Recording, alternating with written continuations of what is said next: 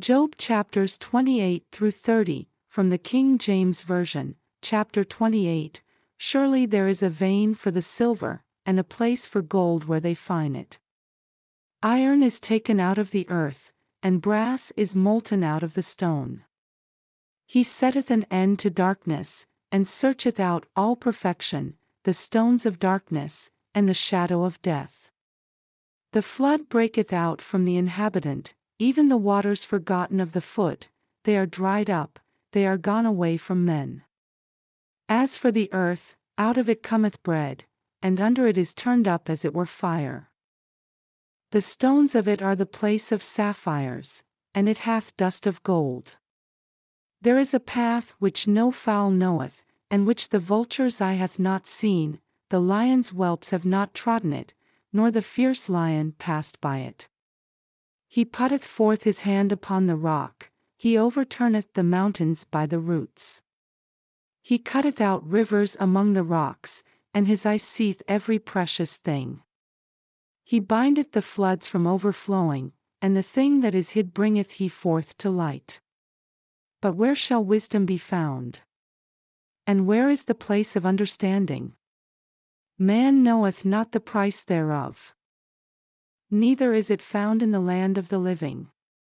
The depth saith, it is not in me, and the sea saith, it is not with me. It cannot be gotten for gold, neither shall silver be weighed for the price thereof. It cannot be valued with the gold of Ophir, with the precious onyx, or the sapphire. The gold and the crystal cannot equal it, and the exchange of it shall not be for jewels of fine gold. No mention shall be made of coral, or of pearls, for the price of wisdom is above rubies. The topaz of Ethiopia shall not equal it.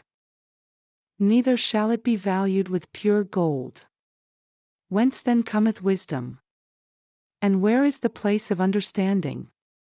Seeing it is hid from the eyes of all living, and kept close from the fowls of the air.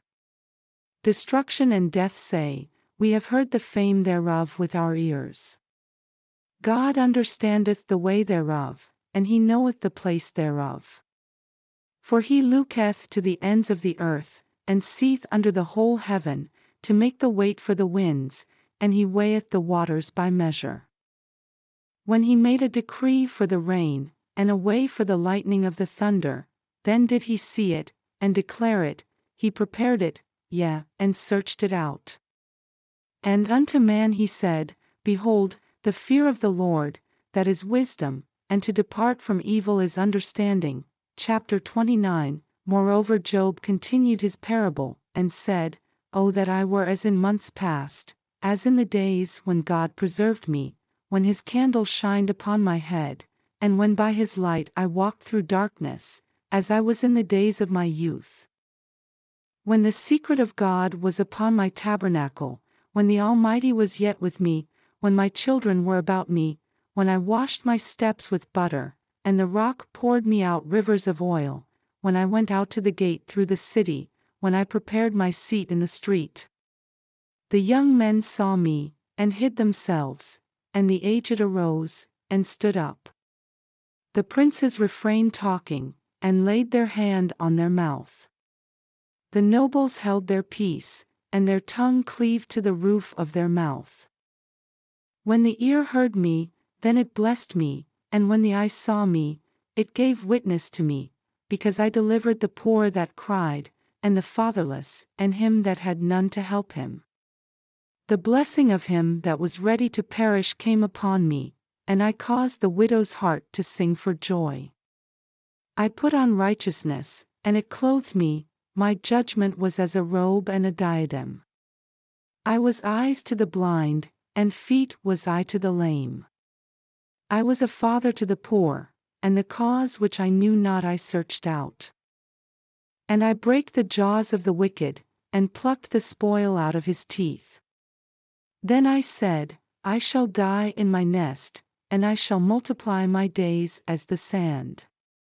My root was spread out by the waters, and the dew lay all night upon my branch. My glory was fresh in me, and my bough was renewed in my hand.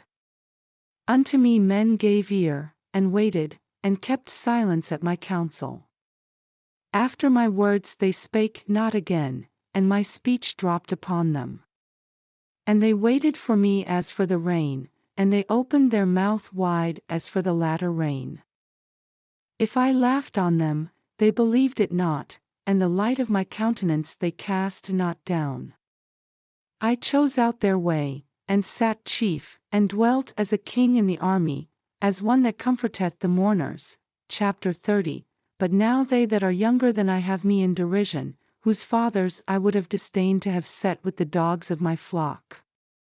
Yea, whereto might the strength of their hands profit me, in whom old age was perished? For want and famine they were solitary, fleeing into the wilderness in former time desolate and waste. Who cut up mallows by the bushes, and juniper roots for their meat.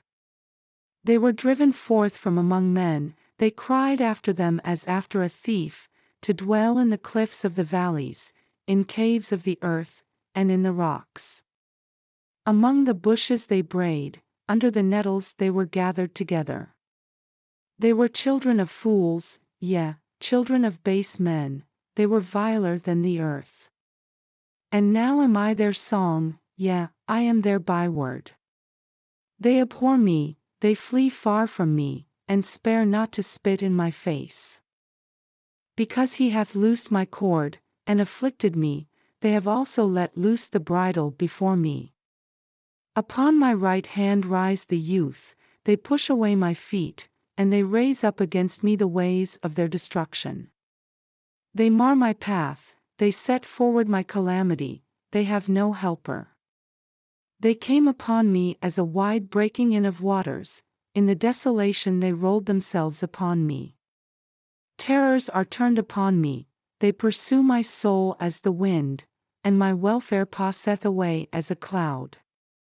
And now my soul is poured out upon me.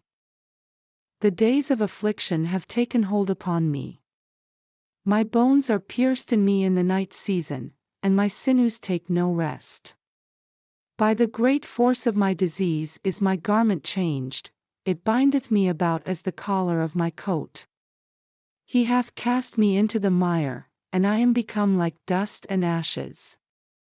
I cry unto thee, and thou dost not hear me, I stand up, and thou regardest me not.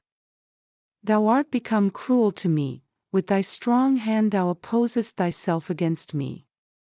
Thou liftest me up to the wind. Thou causest me to ride upon it, and dissolvest my substance. For I know that thou wilt bring me to death, and to the house appointed for all living. Howbeit he will not stretch out his hand to the grave, though they cry in his destruction. Did not I weep for him that was in trouble? Was not my soul grieved for the poor? When I looked for good, then evil came unto me, and when I waited for light, there came darkness. My bowels boiled, and rested not, the days of affliction prevented me. I went mourning without the sun, I stood up, and I cried in the congregation. I am a brother to dragons, and a companion to owls. My skin is black upon me, and my bones are burned with heat. My harp also is turned to mourning, and my organ into the voice of them that weep.